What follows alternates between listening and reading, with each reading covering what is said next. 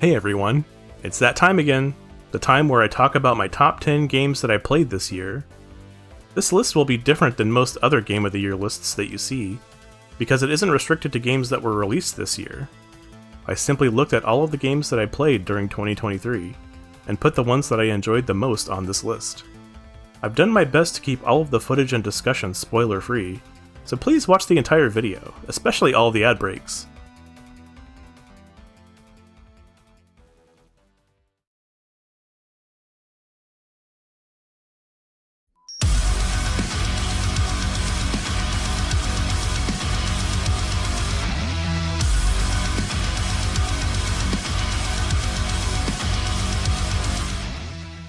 I've played my share of first-person shooters in the past, including some games in the Doom series.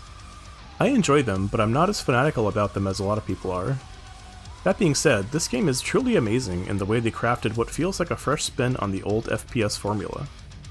There are a few new ideas and systems to play with, including glory kills and weapon upgrades. There are hordes upon hordes of enemies, just like classic Doom levels, but the scope of the arenas combined with the smooth movement and the fantastic weapons gave me an experience that I've not quite had in any other game. The heavy assault rifle with the scope upgrades feels incredible, and it has probably become one of my favorite weapons in any shooter. I love the way the music is integrated. Whenever the gameplay gets more intense, the soundtrack steps on the gas pedal and matches the action beat for beat. There was also an element of exploration in order to find upgrades and other cool secrets, which I liked a lot. This game satisfied both my appetite for a traditional FPS and my desire for something new.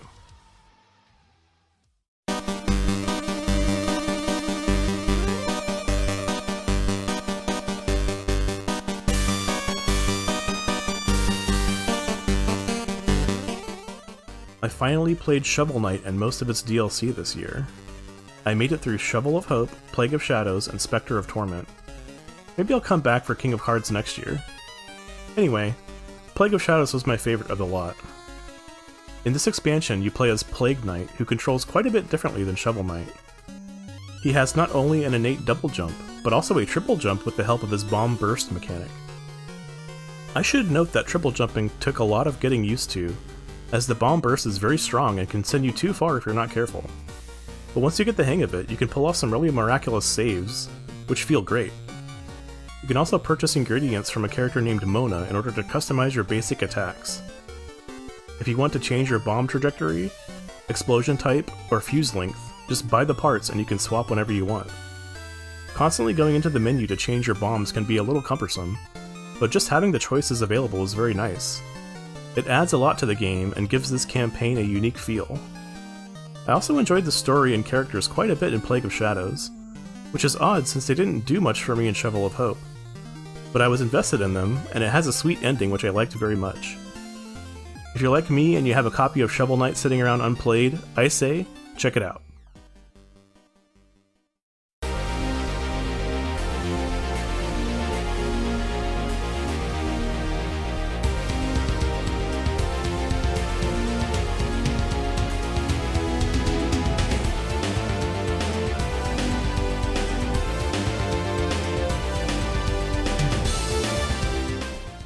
This year, I continued my quest to play more shooters by picking up Mushihime-sama for the Switch. I heard that it was Cave's most accessible shooter, so it would be a great place to start, right? I haven't tried their other games, but I know that they're a pretty high-profile studio in the eyes of shmup fans. In this game, you play as a forest princess who rides on a golden beetle through 5 vertically scrolling stages, while shooting up wave after wave of giant insects. There are a few different modes available to play: Novice, Original, Arrange, and version 1.5. Original mode is the version that appeared in arcades, and it's definitely a bullet hell mode. There's also an easier Novice mode, which is where I spent most of my playtime. I don't know if Novice would be considered a bullet hell by shmup experts, but it was definitely more suited to my level of play than Original. It felt like some of the really solid Toaplan shmups that I've tried, where you're always under pressure, but it never feels insurmountable. There are also 3 levels of difficulty: Original, Maniac, and Ultra. I'm sure it gets much more strenuous on Maniac and Ultra, but I had fun just trying to clear Novice Original on 1 credit, which I did eventually. What really impressed me about this game is the overall design. Everything feels perfectly tuned to create the most fun experience possible. You always get a power-up right before a tough enemy shows up, and every boss battle is a fight on razor's edge, where survival depends entirely on your dodging and bomb reflexes. The music is impeccably timed to the stage design as well. When the mini-boss shows up, the song changes.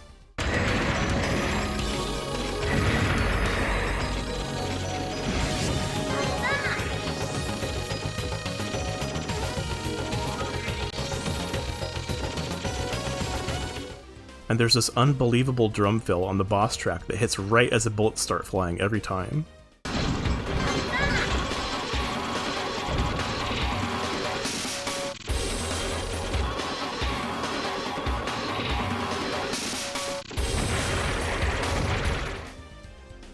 Even the length of the game is perfect.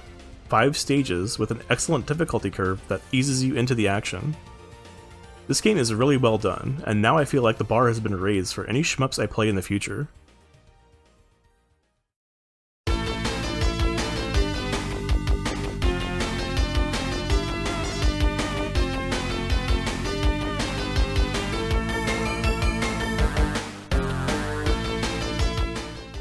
After trying out Space Harrier 2 and enjoying it, I started looking for similar titles and came across Panorama Cotton. Like Space Harrier 2, it's on the Genesis/Mega Drive, and it uses pseudo 3D effects to simulate flying through stages and shooting at enemies from a behind-the-back perspective. The version I played is a port that was released on modern consoles, which is wonderful, because the original costs an arm and a leg on eBay, as you might expect. It's the third game in the Cotton series of shmups, but the others are all horizontal scrolling shooters, so this one is quite different. It has a very silly story, where the Queen of the Fairies notices that one of the plants in her kingdom is missing exactly one of its 256 petals, and this is evidence that the world is falling into chaos. She decides that she must save everyone and rides on a dinosaur thing so fast that she teleports into another dimension, and the other fairies can't figure out where she ended up. One of the fairies is Silk, who played the sidekick to protagonist Witch Cotton in the previous games. Silk relays the story to Cotton and mentions that the cause of the Queen's strange behavior might be due to a burnt willow, which are magical candies that Cotton loves to eat. Cotton decides that the monsters who are responsible for burning her precious willows must be destroyed, and that's how the game starts. I've got to say that the cutscenes are incredible to me. This is a Mega Drive game, but the intro is comparable to some of the CD-based games that were coming out at the time. There are so many unique frames of animation, and it's all very expressive. If you're into goofy slapstick anime from the 80s and 90s, you should definitely watch the cutscenes because you'll love them. The game itself has 5 stages of Space Harrier-style shooting, with a fun little tea time minigame at the end of each stage, where you try to catch cups of tea for big points. Like similar games of this era, it runs at a slower than ideal frame rate, but it's at least consistent. It can be quite chaotic, with lots of different things flying at you, and it's not always easy to determine what to shoot at and what to avoid due to the low resolution. But the color palette is very nice, and there's an abstract quality to everything where your imagination fills in the blanks and makes the game feel very creative. To me, it feels like much more than just a Space Harrier ripoff. It uses the genre that Space Harrier established to make a really imaginative and funny spin-off, and that experimental approach is something I always love to see in games.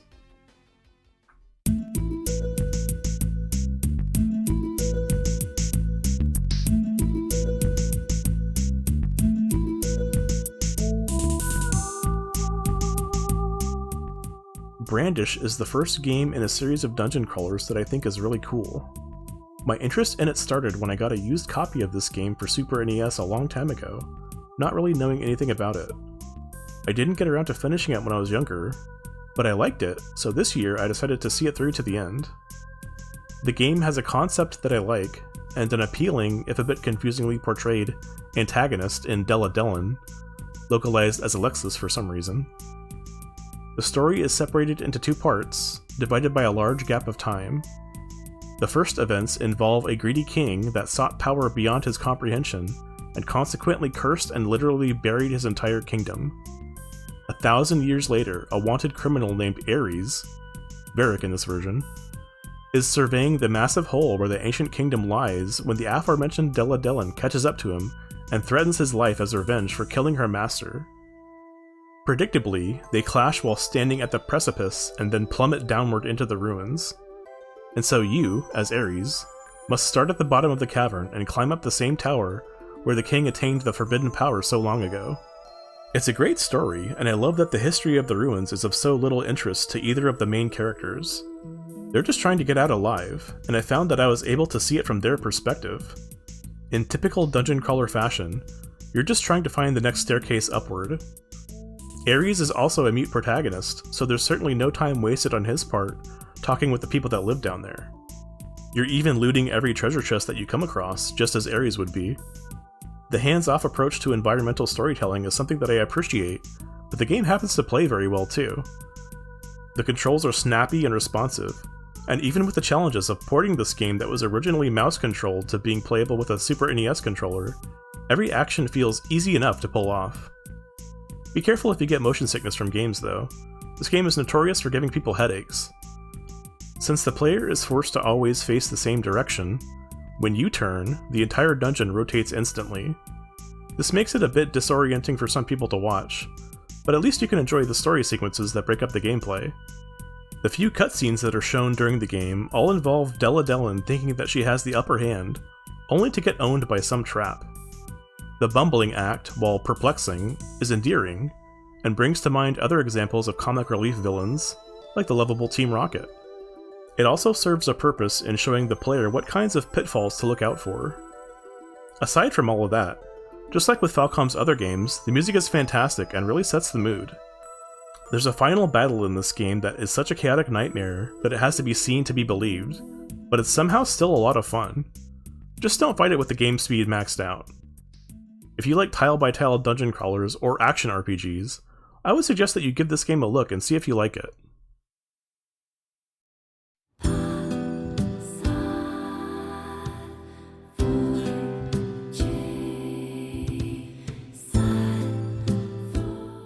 NieR Automata is another banger from Yoko Taro.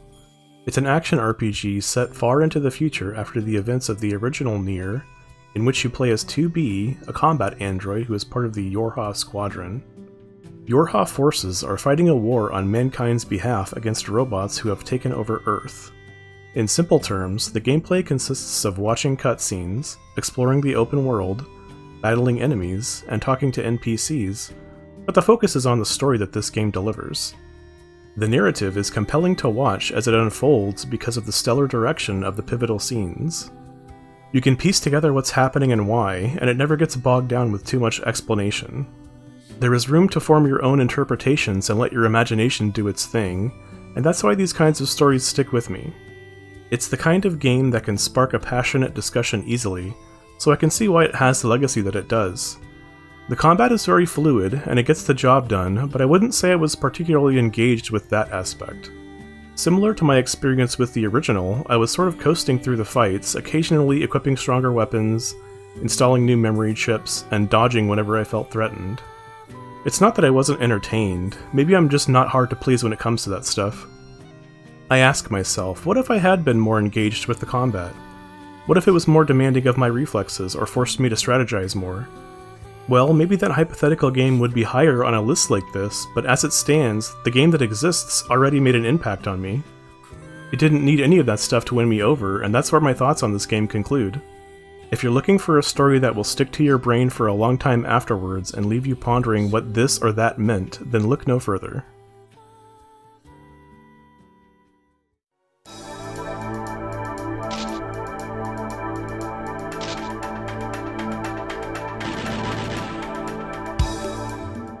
Elevator Action Return's S-Tribute is pretty much the most awesome game ever made. It's a port of a Sega Saturn game, which itself was a port of the arcade sequel to Elevator Action. In this game, you play as one of 3 different characters who are part of a paramilitary group trying to take down some nasty terrorists who have nuclear weapons. The main bad guy wants to, as he puts it, crush the old order and create a new society. Crush the old order and create a new society! The action, as you can probably guess, revolves around elevators. Timing your ascent and descent is crucial to your success, because getting caught underneath one when it's going down, or on top of one when it's going up, will pancake you. Enemies can also control the elevators, so you have to be aware of your surroundings at all times. There's tension in this game when you have to deal with enemies quickly, but at the same time have to wait for elevators to arrive. Both of these things, together with the alarm that starts blaring if you don't get to the red doors in a timely manner, put you into a frantic mindset that really adds to the experience. The atmosphere of this game is incredible. The gritty, crime-infested setting, along with the synths and the soundtrack, make it feel like John Carpenter meets Judge Dredd.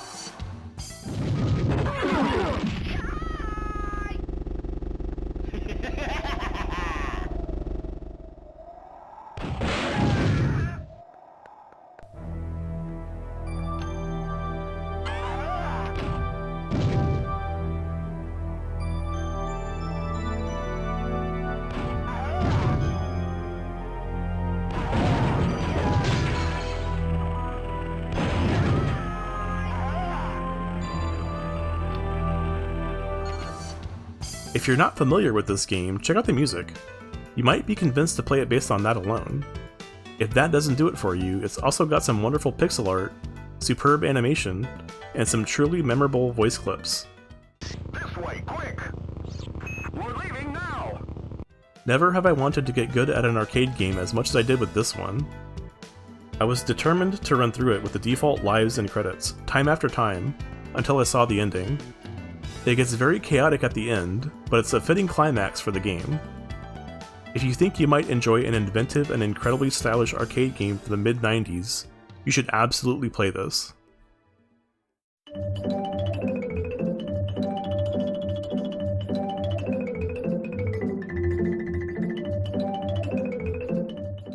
I'm so glad that I finally played through Trials of Mana. I found it to be an extremely charming action RPG, and without getting into my opinion on Secret of Mana, let's just say I like this game much more than that game. When you start, you pick a party of 3 from a total of 6 heroes and heroines. I loved Angela's design, so I started with her. I picked Reese and Hawkeye to complete the party, even though I knew that they would have no healing abilities. That decision made a few parts fairly challenging, but it was never so difficult that it affected my enjoyment. Not only can you select your party, but you can eventually change your character's classes. I thought that aspect was awesome, though I felt compelled to look up what the various classes were capable of. Your choice of party and each of their individual classes are permanent, which makes the whole experience feel meaningful when you ultimately succeed in your quest. In this game, I had the freedom to wander anywhere if I wanted to, and yet it was always clear where I needed to go in order to progress the story.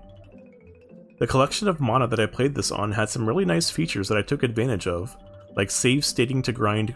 Seeds. Great music, great sprite work, and beautiful environments made every session tons of fun. I should mention that it felt like the game was bursting at the seams and ready to glitch out or crash at any second. They must have really pushed the hardware to the limit, because it also had some crazy long load times for a cartridge-based game. The penultimate dungeon was a little long and arduous, but the final sequence was very cool and didn't make me want to pull my hair out. For an older RPG, that says a lot about the game.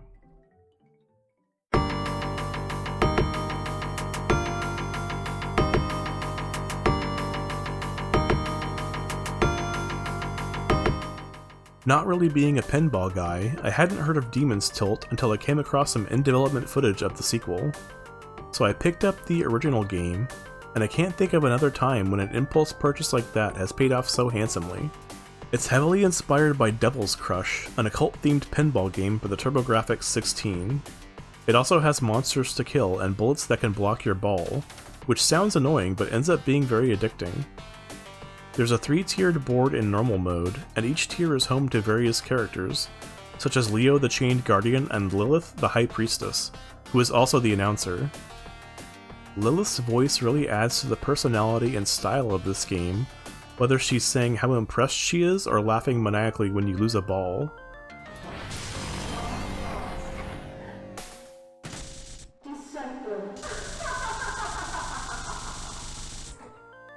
If you're able to withstand Lilith's jeers and keep playing, it has super jackpots, ultra jackpots, multi-ball, and many more secrets and objectives to keep you coming back.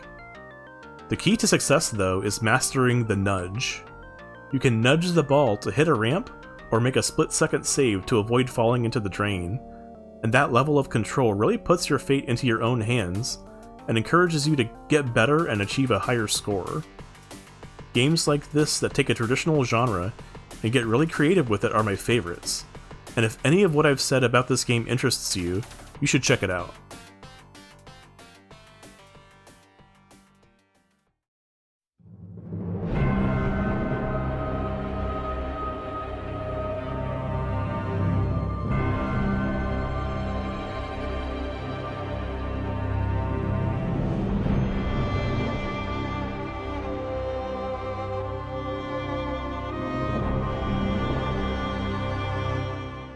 I avoided watching other people stream or even talk about Elden Ring as much as possible before I was able to play it myself. I'd say that I was able to remain relatively unspoiled, which was great, but I had somehow formed a few expectations based on what little I knew. I was expecting this game to be tuned a bit easier than From Software's previous titles, because I knew that it had a big open world. They would need to dial some of the challenge back in order to ease players into the grand adventure, right? Well, no, it turns out they didn't pull any punches at all. In fact, some enemies have attacks with ridiculously drawn-out wind-up animations seemingly designed to throw off the dodge timing of seasoned players. When I realized that this was happening, my frustration subsided. They made this game so that even someone like me, who has been in the trenches and played all of the Souls-adjacent games, is going to have their skills put to the test. The fact that I was still able to experience those familiar feelings of discovery is pretty amazing. The massive world was the icing on the cake for me. I really like pushing around every corner of these games to see what I can find, and they never disappoint me with endless amounts of secrets. There were so many mysteries to solve, and the rare moments when I put something together on my own really made it special. There were so many grand foes to encounter, and so many spectacular locales to behold that I really felt spoiled. There were even some great characters that I met along the way, and I wanted to help them survive and succeed in their own quests. And of course, who can forget the bosses? This game had some great fights, including probably the most difficult boss I've ever seen. But even with all of the failed attempts, I never once felt that I was being cheated out of a win. Elden Ring gives you a mountain to climb, and if you just take it one handhold at a time, you'll be at the top admiring all that you've accomplished before you know it. This game gives you the opportunity to go on the ultimate adventure, complete with everything that will make it memorable to you. When you play, you'll create a journey that is meaningful to you because you did it all on your own. That's why this game is incredible. Beautiful, enigmatic, and challenging, it represents the best of what gaming can offer.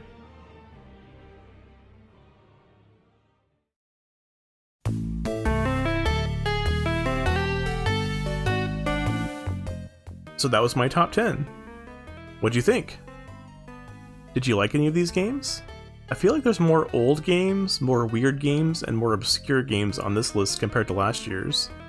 But then again, I've got Doom and Elden Ring, which are pretty mainstream, so I guess it all evens out. And once again, these reviews all come from a journal that helps me keep track of my thoughts on games I've played.